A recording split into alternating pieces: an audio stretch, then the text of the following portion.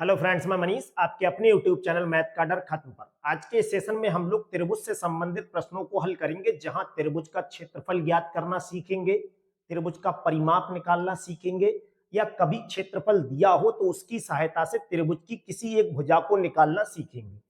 सबसे पहले ऐसे प्रश्नों को हल करने से पहले हम लोग त्रिभुज का थोड़ा सा बेसिक स्टैंडर्ड समझ लेते हैं कि त्रिभुज कितने प्रकार के होते हैं, त्रिभुज क्या होता है और इसके क्षेत्रफल के क्या फार्मूले होते हैं। आप लोगों ने पहले भी त्रिभुज इससे पहले कहीं ना कहीं जरूर पढ़ रखा होगा, क्योंकि ये एक ऐसा टॉपिक है जो इससे पहले किसी ना किसी क्लास में आपने जरूर पढ़ा होगा। तीन भुजाओं से घिरी कोई भी बंद आकृति को हम लोग त्रिभुज कहते हैं, जिसे अगर डायग्राम के द्वारा समझे तो इसका जो कुछ चित्र बनेगा वो इस टाइप का कुछ चित्र बनकर आएगा। त्रिभुज जो होते हैं वो भुजाओं के आधार पर भी होते हैं, उनके नाम भुजाओं के आधार पर भी रखे जाते हैं और कोणों के आधार पर भी रखे जाते हैं। तो सबसे पहला टाइप हम लोग समझते हैं एक ऐसा त्रिभुज जिसकी तीनों भुजाएं अलग अलग लंबाई की हो। मान लीजिए इसकी एक भुजा 5 cm की है, दूसरी भुजा 6 cm की है और तीसरी भुजा 7 cm की है। अगर इस त्रिभुज की तीनों भुजाएं अलग अलग लंबाई की है तो ऐसे त्रिभुज को हम लोग विषमबाहु त्रिभुज कहते हैं। इस त्रिभुज का नाम जो होगा वो क्या होगा? विषमबाहु त्रिभुज। और इस त्रिभुज का जो क्षेत्रफल निकालेंगे उसका क्या फार्मूला होगा वो देख लीजिए। अगर कभी किसी त्रिभुज की भुजाएं तीनों अलग अलग लंबाई की हैं तो उस त्रिभुज को हम लोग विषमबाहु त्रिभुज कहते हैं। और विषमबाहु त्रिभुज के क्षेत्रफल का फार्मूला, इस फार्मूले को हीरोन के सूत्र के नाम से जानते हैं, जिसे S minus A, S minus B, S minus C कहते हैं। जहां ए का मतलब होता है पहली भुजा, इसे आप ए मान सकते हैं। बी का मतलब होता है दूसरी भुजा, इसे बी मान लीजिए। और सी का मतलब होता है तीसरी भुजा। आप चाहें तो किसी भी भुजा को इसमें पहला माने, किसी भी भुजा को दूसरा माने, किसी भी भुजा को तीसरा माने, उससे कोई फर्क नहीं। और एस का मतलब होता है तीनों भुजाओं के जोड़ का आधा। ये अपना फार्मूला होता है जो आपको याद रखना होगा विषमबाहु त्रिभुज के क्षेत्रफल को निकालने का सूत्र। अब बात करते हैं ऐसा त्रिभुज जिसकी सभी भुजाएं बराबर हो। अगर कभी आपको ऐसा त्रिभुज मिले जिसकी सभी भुजाएं बराबर हो तो इसका मतलब इसकी एक भुजा अगर 5 cm की है तो दूसरी भी 5 की होगी, तीसरी भी 5 की होगी। ये बन जाएगा अपना समबाहु त्रिभुज। ऐसा त्रिभुज जिसकी सभी भुजाएं बराबर हो उसे समबाहु त्रिभुज कहते हैं। और उसके क्षेत्रफल का फार्मूला जो होता है वो √3/4 इंटू भुजा स्क्वायर होता है। ये आपको अच्छे से याद रखना है। समबाहु त्रिभुज के क्षेत्रफल का फार्मूला होता है √3/4 इंटू भुजा स्क्वायर। ये आपको बहुत अच्छे से याद रखना है। तो दो त्रिभुज हो गए, देखिए एक विषमबाहु त्रिभुज का हो गया, एक समबाहु त्रिभुज का हो गया। अब इसी के बाद अगर अपने लोगों से नई बात की जाए तो समबाहु के बाद समद्विबाहु समकोण त्रिभुज आता है और केवल समकोण त्रिभुज आता है। तो जब इस टाइप का, ये आप इसका स्क्रीनशॉट ले लीजिए, दो टाइप के आपको त्रिभुज यहां बता दिए, विषमबाहु त्रिभुज के क्षेत्रफल का फार्मूला और समबाहु त्रिभुज के क्षेत्रफल का फार्मूला। अब जो बचे हुए दो टाइप हैं वो देखिए और आगे देख रहे हैं अपने लोग। आप चाहें तो केवल इन्हीं 2 से 3 टाइप के फार्मूले याद करके पूरा ट्रायंगल का एरिया कवर कर सकते हैं। इसमें कुछ खास नया नहीं है, केवल आपको बस हवा बना रखा है कि त्रिभुज के इतने फार्मूले हैं, उतने फार्मूले, इतने, कहीं कुछ नहीं है। केवल आपको बस बेसिक लेवल के त्रिभुज के फार्मूले याद करने, वहीं से सारा कुछ हो जाता है। तो अब बात करते हैं एक ऐसा त्रिभुज जो केवल समकोण त्रिभुज हो। समकोण त्रिभुज में देखिए इस भुजा को कहते हैं हम लोग लंब या त्रिभुज की ऊंचाई। इसी का नाम क्या रखते हैं? इसे ऊंचाई भी कहते हैं। और जो ये भुजा है इसे कहते हैं आधार। इस त्रिभुज में एक कोण 90 डिग्री का बनता है, इसे हम कहते हैं कर्ण। ये समकोण त्रिभुज है। तो अगर यहां से आपसे बात की जाए कि समकोण त्रिभुज का क्षेत्रफल कितना होता है, तो समकोण त्रिभुज का क्षेत्रफल आप अच्छे से याद कर लीजिए। इसका फार्मूला होगा 1/2 आधार गुणा ऊंचाई। ये आपको बहुत अच्छे से याद रखना है, या आधार गुणा ऊंचाई ना कहें तो आधार गुणा लंब कह सकते हैं इसको। ऊंचाई का दूसरा नाम लंब होता है, किसी भी समकोण त्रिभुज की ऊंचाई को हम लोग लंब कहते हैं। तो फार्मूला याद कर लीजिए, 1/2 आधार गुणा ऊंचाई, इसे लंब कह सकते हैं। इसी को अगर बोलना चाहे तो ये बोल सकते हैं 1/2, इसे बेस कहते हैं, ये हाइट होता है। बेस और हाइट के गुणनफल का हाफ जो होता है वो समकोण त्रिभुज का क्षेत्रफल बन जाता है। अब यही त्रिभुज अगर समकोण तो है ही, लेकिन अगर समद्विबाहु भी होता, समद्विबाहु का मतलब ये दो भुजाएं इसकी मान लीजिए बराबर होती, तो इसमें क्या हुआ है, लंब और आधार अगर बराबर होता, तो जब लंब और आधार बराबर होता तब इसका फार्मूला क्या होता, तो आप इसी से चेंज कर दीजिए। भाई आपका जो यहाँ फार्मूला बन रहा है वो 1/2 आधार गुणा ऊंचाई है, तो आधार है ही, ऊंचाई की जगह पे भी अब हम आधार लिख सकते हैं, क्योंकि लंब और आधार दोनों बराबर हैं। तो इसे हम 1/2 आधार का स्क्वायर कह सकते हैं, यानी किसी एक भुजा का स्क्वायर। यहीं पे आप ये भी कह सकते हैं कि भाई हम तो 1/2 लंब का स्क्वायर कहेंगे, ये भी बिल्कुल सही है। और इसी के लिए अगर आप कहें कर्ण में चेंज करेंगे, तो आपने एक पाइथागोरस प्रमेय पढ़ी होगी, जिसे हम कहते हैं कर्ण का स्क्वायर बराबर लंब का स्क्वायर प्लस आधार का स्क्वायर। तो चूंकि लंब और आधार एक ही चीज है, यहाँ पर ये बराबर है, तो जहां कर्ण है वो तो कर्ण रहेगा ही, लंब की जगह लंब, आधार की जगह भी हम लंब लिख सकते हैं। तो एक एल ये और एक ये, तो ये बन जाएगा अपना 2l²। अगर यहां से ये 2 हटाएंगे तो ये कहां आ जाएगा, k² के अपॉन में, और इधर बचेगा l²। यानी जहां लंब लिखा हुआ है वहां पे हम लिख सकते हैं k²/2। तो इसी का फार्मूला जो बनेगा वो ये तो है ही है, बाकी ये भी कह सकते हैं कर्ण का स्क्वायर/4। तो जब भी कभी भी समद्विबाहु समकोण त्रिभुज का अगर क्षेत्रफल निकालेंगे, 2-3 फार्मूले उसके बनते हैं, 1/2 आधार स्क्वायर, या 1/2 लंब स्क्वायर, या कर्ण स्क्वायर/4, या कह सकते हैं 1/4 इंटू कर्ण स्क्वायर। तो 4 टाइप के आपने त्रिभुजों के फार्मूले यहाँ पे देखे थे। एक ऐसा त्रिभुज जो समकोण भी हो और दो भुजाएं बराबर भी, उसे कहते हैं समद्विबाहु समकोण त्रिभुज, जिसका फार्मूला होता है 1/2 आधार का स्क्वायर, या 1/2 लंब का स्क्वायर, या 1/4 कर्ण का स्क्वायर। आज के सेशन का सबसे पहला क्वेश्चन देखते हैं, जिसमें कहा है एक समबाहु त्रिभुज का क्षेत्रफल 25√3 वर्ग सेंटीमीटर, इसकी भुजा हमें सेंटीमीटर में बतानी है, कितनी होगी। भाई समबाहु त्रिभुज का क्षेत्रफल आप पहले से आपने पढ़ रखा है, अभी बिल्कुल पढ़ाया था। कितना दे रखा है क्वेश्चन में, क्वेश्चन में दे रखा है 25√3, जबकि इसका क्षेत्रफल जो होता है वो √3/4 इंटू भुजा स्क्वायर, यही तो इसका फार्मूला होता है। और हमें इसकी जो वैल्यू दे रखी है वो 25√3 दे रखी है। इस √3 से ये √3 कैंसिल हो जाएगा, अगर ये 4 यहां से हटाएंगे तो ये 25 के पास गुणा में पहुंचेगा, क्योंकि नीचे से हटा रहे हैं। तो भुजा स्क्वायर जो हमारा बचेगा वो किसके बराबर होगा, 25 चौक 100 के।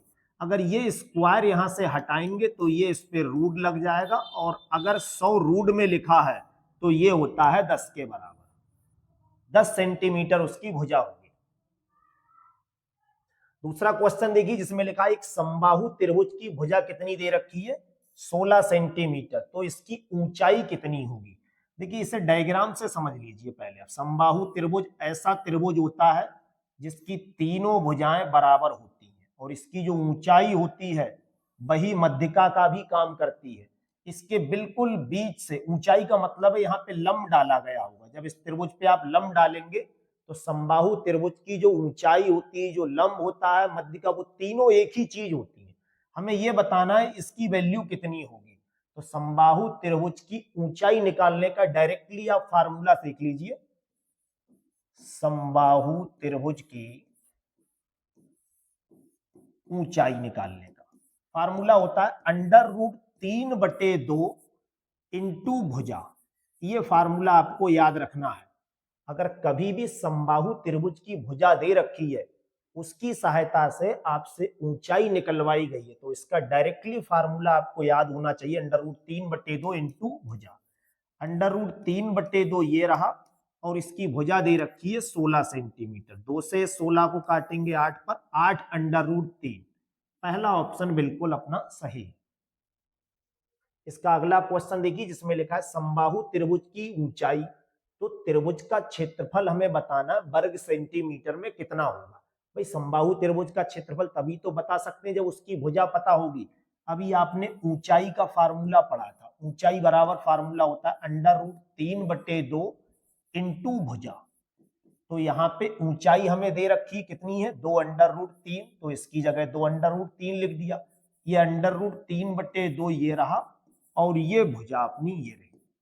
√3 से देखिए √3 कैंसिल, इस 2 को अगर यहां से हटाएंगे तो ये इसके पास पहुंचेगा, 2 दूनी 4। तो इसकी जो भुजा निकल कर आएगी वो कितनी आ जाएगी, 4 सेंटीमीटर। हमसे पूछा है त्रिभुज का क्षेत्रफल। भाई क्षेत्रफल का फार्मूला अभी आपने पढ़ा था √3/4 इंटू भुजा स्क्वायर। तो भुजा कितनी यहाँ पे लगा देंगे, √3/4 ये रहा, और इसकी भुजा कितनी है, ये देखिए भुजा यही तो निकल कर आई अपनी 4 यूनिट। तो यहाँ पे 4 का स्क्वायर, ये 4 स्क्वायर का मतलब 2 बार लिखा है, तो 1 4 इससे कैंसिल हो जाएगा, आंसर आ जाएगा 4√3। पहला आंसर बिल्कुल ठीक है। क्वेश्चन देखिए जिसमें लिखा है एक समबाहु त्रिभुज की भुजा 4 सेंटीमीटर है तो उसका क्षेत्रफल कितना होगा।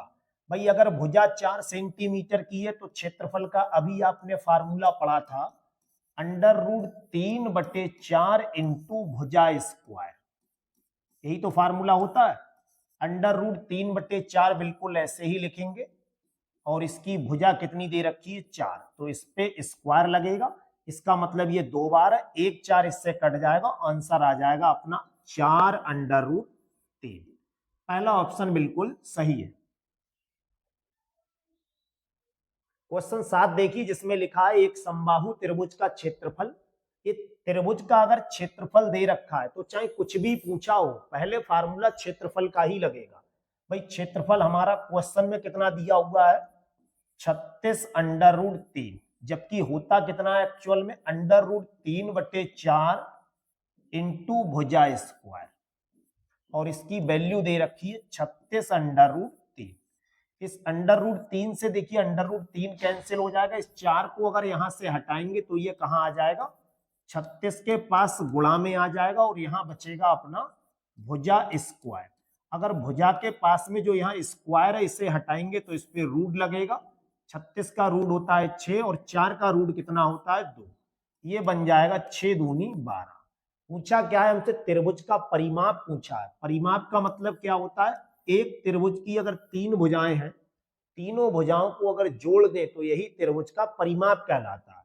तो इसकी एक भुजा 12 है, चूंकि ये समबाहु त्रिभुज है तो सभी भुजाएं कितने की होंगी, 12 की होंगी।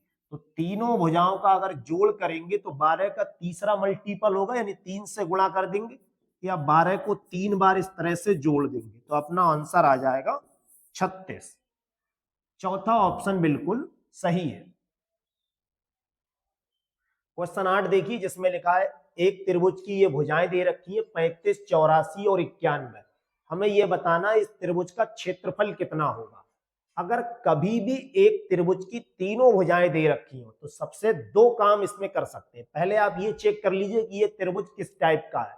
भाई देखते ही आपको लग रहा है ये विषमबाहु त्रिभुज है। दूसरा तरीका ये हो सकता है समकोण त्रिभुज हो। तो ट्रिपलेट के नियम से आप पहले चेक कर लीजिए, अगर 2 भुजाओं के वर्गों का योग तीसरे के बराबर आ रहा है तब आप कह सकते हैं कि ये समकोण त्रिभुज है। वहां पे फार्मूला इस कंडीशन में 1/2 आधार गुणा ऊंचाई का बन जाएगा।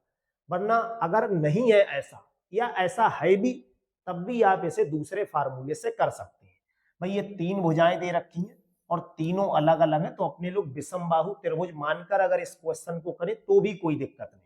तब त्रिभुज के क्षेत्रफल का जो फार्मूला होगा वो आपको याद रखना पड़ेगा, रूट के अंदर S, S minus A, S minus B, S minus C. ये त्रिभुज के क्षेत्रफल का फार्मूला तब लगाते हैं जब किसी त्रिभुज की 3 भुजाएं दे रखी और तीनों अलग अलग हो, यानी विषमबाहु त्रिभुज। हालांकि यहाँ पे आप चेक करके ये देख सकते हैं कि ये समकोण त्रिभुज की भी भुजाएं हो सकती हैं। तो अगर समकोण त्रिभुज की है तो 1/2 आधार गुणा ऊंचाई का भी फार्मूला आप लगा सकते थे।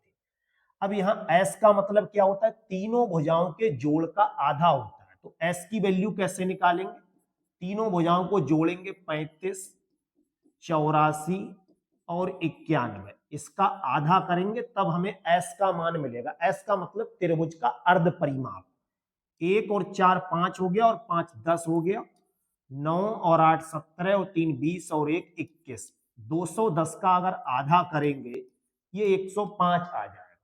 पहली भुजा जो होती है उसे ए मानते हैं, दूसरी भुजा को बी मानते हैं, तीसरी भुजा को सी मानते हैं। यहाँ आप अगर पहली भुजा इसे मान ले, दूसरी इसे, तीसरी इसे, तो इससे कोई फर्क नहीं पड़ता है, क्योंकि एस में से एक बार ए घटाया जाता है, एक बार बी घटाएंगे, एक बार सी घटाएंगे, इसलिए कोई इफेक्ट नहीं पड़ेगा। जहां एस लिखा हुआ है वहां 105 लिखेंगे, फिर 105 में से पहली भुजा को घटाएंगे, फिर 105 में से दूसरी भुजा को घटाएंगे और फिर 105 में से तीसरी भुजा को घटाएंगे। इस पूरे सवाल पे वर्गमूल का चिन्ह है तो देखिए ये लगा दिया। 105 ऐसे ही लिखेंगे, 105 में से अगर 35 कम करेंगे तो ये 70 बचा होगा, 105 में से अगर 84 कम करेंगे तो 16 इधर, 5 में से 4 कम करेंगे 1, 10 में से 8 जाएगा 2, 105 में से अगर 91 कम करेंगे, 5 में से 1 कम करेंगे ये 4 बचा होगा, 10 में से 9 कम करेंगे ये 1। और इस पूरे क्वेश्चन पे अपना क्या चल रहा है, अंडर रूट।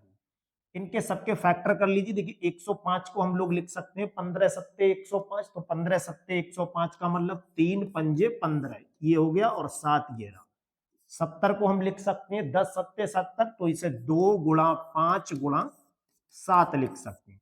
21 के लिए हम 3 गुणा 7 लिख सकते हैं और 14 के लिए हम लोग 2 गुणा 7 लिख सकते हैं। अब आप कहें ऐसा क्यों किया, इन सबकी गुणा करके एक साथ बता देते। भाई सबकी गुणा करना थोड़ा सा कठिन लगता है आपको, यहाँ सबके प्राइम फैक्टर कर लिए। अब देखिए अंडर रूट से जब भी कोई संख्या बाहर निकालते हैं तो आप जानते हैं दो संख्याएं अगर एक जैसी हो तो बाहर निकल के वो एक बन जाती है। देखिए इसमें 3 एक यहाँ लिखा है, एक यहाँ लिखा है, तो ये दो जगह 3 लिखा है तो हम इसे प्योरली एक 3 मानेंगे। ये 5 देखिए 2 बार लिखा है तो इस 5 को भी हम एक ही बार मानेंगे। और ये जो 2 लिखा है ये देखिए 2 बार लिखा है तो इसे भी हम जब रूट से बाहर निकालेंगे तो एक बार मानेंगे। 7 एक बार, यहाँ 2 बार, 3 बार, 4 बार। अगर 4 बार लिखा है रूट के अंदर तो बाहर निकालेंगे तो फिर ये 2 बार माना जाएगा। बाकी आप जिस मेथड को समझ रहे हैं वो मेथड भी ठीक है, ऐसे भी बाहर निकाल सकते हैं और वैसे भी कर सकते हैं। इन सबका मल्टीप्लाई करेंगे, देखिए 3 पंजे 15, 15 दूनी 30, 3 सत्ते 210 और 210 की गुणा अगर 7 से करेंगे, 210 का 0 लगा दीजिए, अब 21 बचा होगा। 21 सत्ते कितना होता है, 7 एकम 7, 7 दूनी 14, 1470 अपना आंसर आएगा। तीसरा विकल्प बिल्कुल सही है। आज के इस सेशन में आप लोगों को त्रिभुज के क्षेत्रफल, त्रिभुज का परिमाप, त्रिभुज की ऊंचाई से संबंधित प्रश्न कराए गए थे। इस पूरे सेशन को आप लोग अच्छे से तैयार कर लीजिए। यदि किसी क्वेश्चन में आपको प्रॉब्लम है तो आप कमेंट सेशन में जरूर बताइएगा। बाकी डिस्क्रिप्शन में आपको हमारे टेलीग्राम चैनल का लिंक दिया हुआ है, उससे आप जुड़ जाइए, जिससे आपको ये पूरी PDF सॉल्यूशन सहित मिल जाएगी। Thank you.